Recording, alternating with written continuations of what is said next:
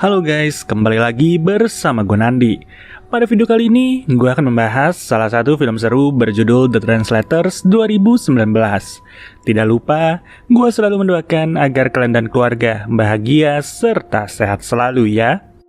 Film dibuka dengan memperlihatkan peluncuran sebuah buku bernama Daedalus di negara Perancis, di mana semua orang sudah menunggu volume ketiga dari buku peringkat 1 dunia ini.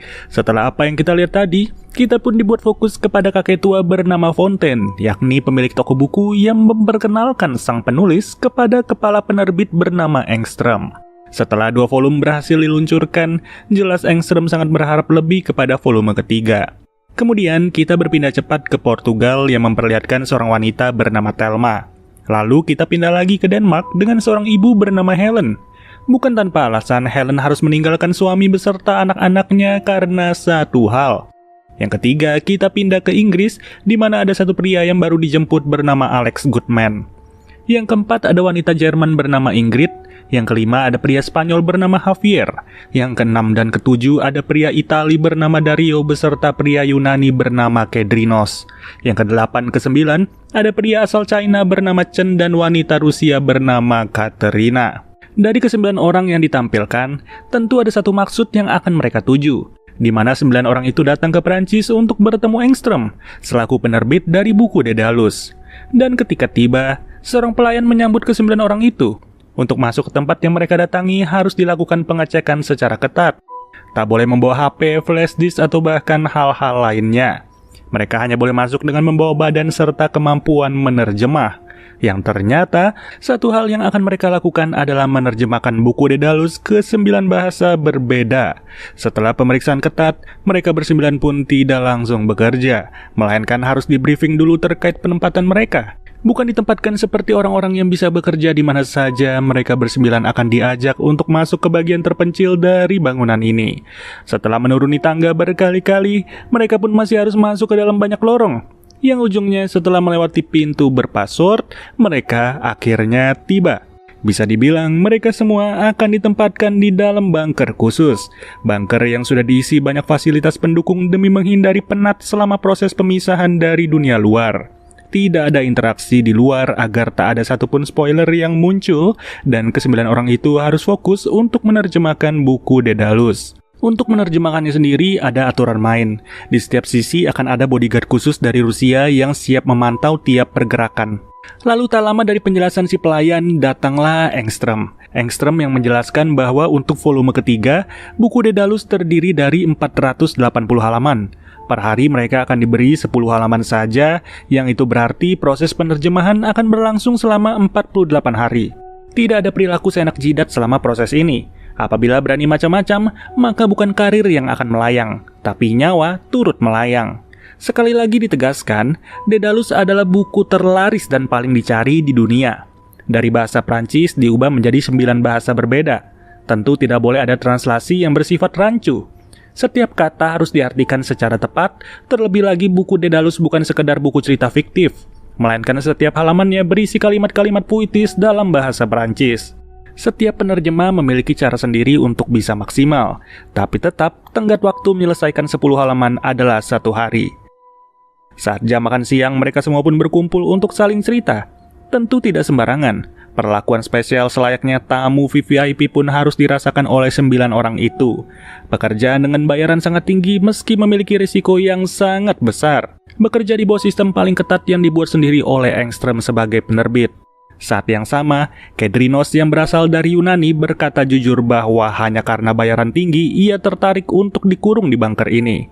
Pandangan itu berbeda dengan Katerina yang mengaku memang suka dengan isi dari buku Daedalus. Ia sangat ingin untuk bertemu dengan Oscar Bretz, yaitu penulis buku Daedalus yang sampai sekarang identitasnya tidak pernah diketahui satupun orang. Tak terasa sekarang mereka sudah berada di detik-detik terakhir pengumpulan halaman ke-10. Semua orang hanya fokus dengan laptop masing-masing. Bisa dibilang tingkat kesulitan menerjemahkan buku ini jauh di atas rata-rata. Tapi hal itu berbeda bagi Katerina yang mendalami dahsyatnya tulisan dari buku Daedalus sampai-sampai ia meneteskan air mata. Berselang dari itu, datanglah Engström yang telah membawa sebuah koper. Tidak lain tidak bukan, di dalam koper itu terdapat sesuatu yang harus disegerakan oleh Engström. Semua mata pun memandang ke sana. karena ternyata metode pengumpulannya sangat unik, yaitu dengan pengunci flash disk yang telah diberi bendera dari 9 negara berbeda. Dengan begitu, apapun yang telah diartikan oleh ke-9 orang tersebut tidak akan bocor sama sekali. Hanya penerbit yang tahu dan tidak akan ada spoiler yang muncul di publik. Engström turut menjelaskan bahwa besok akan ada 10 halaman lagi yang ia berikan.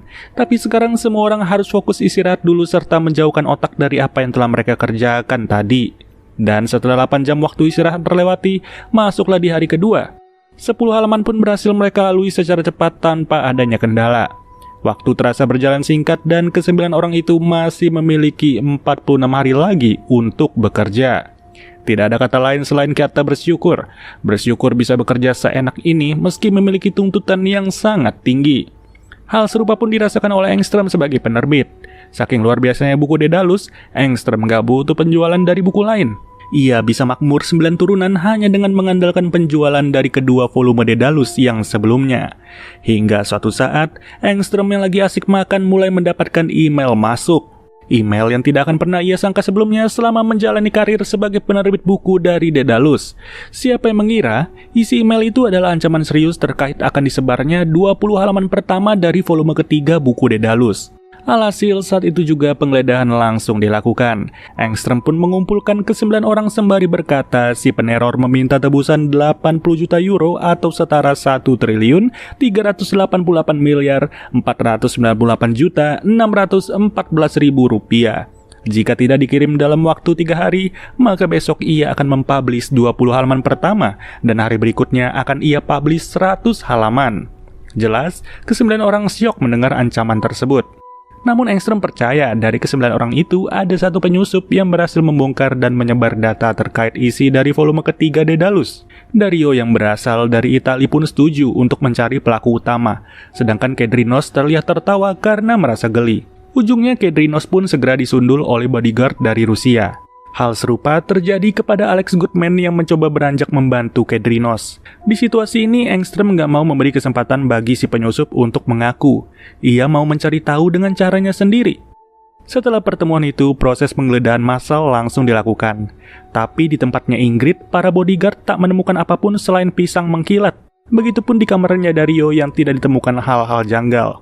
Namun di kamar Helen, para bodyguard menemukan sesuatu yang selama ini disimpan diam-diam, yaitu tumpukan kertas berbahasa Denmark. Helen mengaku bahwa itu adalah karya novel buatannya. Ia suka menulis novel karena pada dasarnya ia tak mementingkan pekerjaan sebagai translator. Tapi dengan jahatnya, Engström berkata Helen tidak ada bakat untuk menulis. Engström yang mengerti bahasa Denmark pun menjatuhkan mental Helen sembari menegaskan bahwa Helen hanya layak sebagai kupu-kupu malam. Selesai urusan dengan Helen, kini 8 orang lain masih menerka-nerka siapa pelaku sebenarnya. Mereka saling melirik satu sama lain yang pada akhirnya mereka curiga kepada satu orang, yakni kepada Javier, pria Spanyol yang selalu memakai perban di tangannya setelah jatuh dari sepeda. Perban itu pun berusaha dikoyak oleh Thelma sembari mengira ada sebuah gadget di dalamnya. Tapi ternyata tak ada apapun dan Javier sendiri benar-benar merasa kesakitan. Situasi yang tidak sehat ini lagi pun harus menjalar kemana-mana. Tapi sampai sekarang tak ada yang tahu siapa sebenarnya pelaku utama. Di sisi lain, Katerina mulai menghampiri Alex. Katerina pun penasaran bagaimana caranya Alex bisa diundang masuk mengingat ia dijemput ketika sedang tidur di pinggir jalan. Sontak setelah pertanyaan itu, Alex pun langsung memulai untuk menjelaskan. 11 bulan sebelum ini, Alex pun dipertemukan dengan Engström di kantor polisi karena Alex telah ketahuan membagikan translasi versinya sendiri secara online dan didownload 10 juta orang. Pada waktu itu, Alex sebenarnya adalah orang biasa yang ngefans berat kepada karya dari Oscar Bretz, yakni penulis Daedalus. Ia sengaja melakukan translasi mandiri dari volume 1 dan 2 demi bertemu Oscar Bretz, dengan cara membuat translasi yang jauh lebih baik daripada apa yang dikerjakan oleh translator waktu itu dari bahasa Perancis ke Inggris. Terbukti, banyak orang berkomentar dan mengajukan Alex sebagai translator pengganti. Tepat di depan wajah Engström, Alex berani berkata bahwa ia bisa menebak kalimat pertama dari volume ketiga buku Daedalus. Yang sontak saja Engström penasaran dan ia hanya bisa menyuruh Alex untuk menulis di kertas. Secara logika tidak mungkin bisa sama persis yang faktanya buku itu belum saja keluar. Tapi faktanya apa yang ditulis Alex langsung membuat Engström terdiam. Alex menjelaskan hal itu terjadi karena ia melihat kalimat pertama dari volume ke-1 dan kedua, lalu mengkombinasikannya selayaknya matematika. Kemudian scene beralih kepada Dario yang mulai mencium bau busuk di sekitaran ruang perpustakaan. Yang mana setelah ia datangi ternyata ada satu hal yang membuat ia terkejut. Dan siapa yang pernah mengira apa yang dilihat Dario malam itu adalah Helen. Helen yang memutuskan untuk menyerah serta pergi selama-lamanya dengan menggunakan tali. Helen pergi meninggalkan suami dan anak-anaknya yang tak akan pernah lagi ia temui. Tekanan batin ini pun harus terjadi setelah sebelumnya Helen sukses melakukan translasi bahasa Prancis ke Denmark untuk volume ke-1 dan ke-2. Tapi di volume ke-3 ia langsung ambruk akibat perkataan Engström. Sepulang Helen ke alam baka, tiba-tiba saja terdengar suara lantang dari Engström. Engström yang kembali mendapat email dari orang misterius di mana 10 detik lalu 100 halaman kembali dibocorkan secara online. Uniknya tak ada satupun yang memegang gadget selama teror itu muncul. Engström sendiri pun menjadi menggila-gila dan ia menuduh setiap orang yang ada di ruangan tersebut. Alex dihajar sampai sesak, begitu juga dengan Kedrinos beserta Ingrid yang diancam hingga gemetar. Parahnya, ada satu hal yang membuat semua kaget, yaitu Katerina yang segera ditembak oleh Engström di bagian perut. Tak cukup dengan Katerina, Alex pun harus mendapat hal serupa yang bedanya peluru itu diarahkan ke dadanya. Engström menaruh curiga kepada dua orang itu, Katerina dan Alex yang sempat ia dengar mengobrol berdua pada tadi malam. Namun atas perbuatannya ini, Engström langsung diancam oleh para bodyguardnya sendiri di mana saat itu juga Engström akan dibawa ke kantor polisi. Beruntung, Alex Goodman masih bisa selamat. Semua tercengang karena Alex bisa selamat atas satu hal yang ia suka, yaitu membaca buku. Sebuah buku tebal benar-benar melindungi dadanya Alex. Di rumah sakit, Katerina dirawat secara serius. Ia sedang memasuki masa kritis karena pendarahan yang sangat hebat sebelumnya. Dari apa yang dilihat di depan matanya, Alex pun memutuskan akan mendatangi kantor polisi. Setelah itu Sin mundur kepada Fontaine yang sebelumnya terlihat bertemu dengan Engström.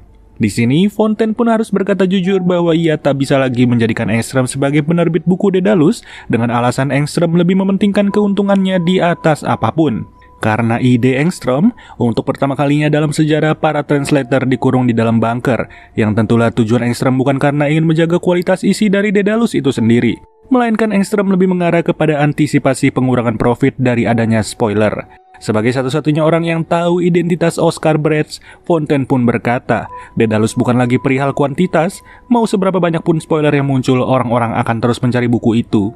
Namun respon Engström sangat agresif. Ia mendorong Fontaine yang ujungnya kakek itu harus meregang nyawa setelah jatuh dari tangga. Sebelum pergi, Engström sendiri menyempatkan diri untuk bersiasat jelek, yakni menghilangkan jejak sembari membawa pergi salinan volume ketiga buku Daedalus. Tokonya kakek Fontaine pun dibakar habis tanpa meninggalkan sisa sama sekali. Lalu sekarang kita diperlihatkan kepada Alex yang sudah berada di kantor polisi untuk menemui Engström. Kini Alex yang menemui Engström, di mana secara terang-terangan Alex menuangkan kekesalannya kepada Engström yang telah menembak Katerina hingga kritis. Tak cukup di situ, Engström pun harus mendengar satu pernyataan mengejutkan yang ternyata Fontaine yang Engström bunuh adalah ayah dari Alex Goodman.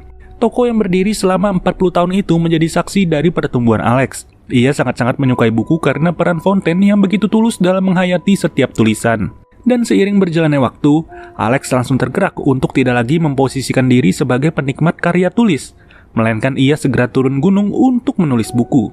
Dan semua itu ia mulai dengan menulis buku bernama Daedalus, yang itu berarti Oscar Bretz adalah Alex Goodman. Maka tak heran, tanpa harus mencuri salinan naskah atau apapun itu yang berada di bunker, teror tersebut tetap berjalan. Jauh sebelum dibawa ke kantor polisi sebagai seorang fans, Alex sebenarnya telah menyuruh para penikmat buku Daedalus yang tersebar di berbagai negara untuk meneror Engström. Jelas saja Alex turut mampu menebak kalimat pertama pada volume ketiga buku Daedalus karena memang ia adalah penulis buku tersebut. Alex menegaskan juga ia tak butuh uang 80 juta euro yang telah ditransfer Engström pada detik-detik terakhir, di mana tujuan Alex adalah mengerjai Engström yang terlalu serakah sampai-sampai Fontaine selaku ayahnya Alex harus tewas. Itulah mengapa dalam merencanakan ini, Alex berakting secara meyakinkan dulu bahwa memang ia adalah fans fanatik dari Oscar Bretz yang sangat ingin bertemu.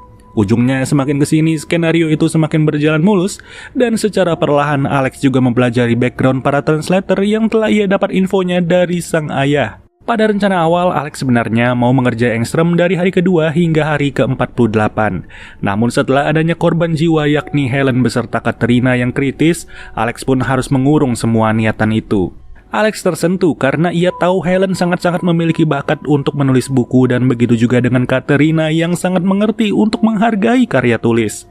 Pada akhirnya setelah apa yang dibongkar oleh Alex, Engström pun menjadi sangat malu dan ia harus mendekam di penjara seumur hidup akibat pembunuhan berencana. Di sisi lain, Alex Goodman yang selama ini berada di balik nama Oscar Bretz benar-benar merasa puas. Tak ada hal yang lebih puas dibandingkan membalaskan dendam kepada Engström. Di akhir film, Alex pun berani menjamin rasa bahagia atas segala keuntungan dari volume ketiga buku Daedalus buatannya tak akan mengalahkan rasa bahagia yang ia rasakan saat ini setelah memenjarakan Engström. Oke, sampai bertemu lagi guys di video berikutnya. Gua Nandi cabut dulu. Dadah.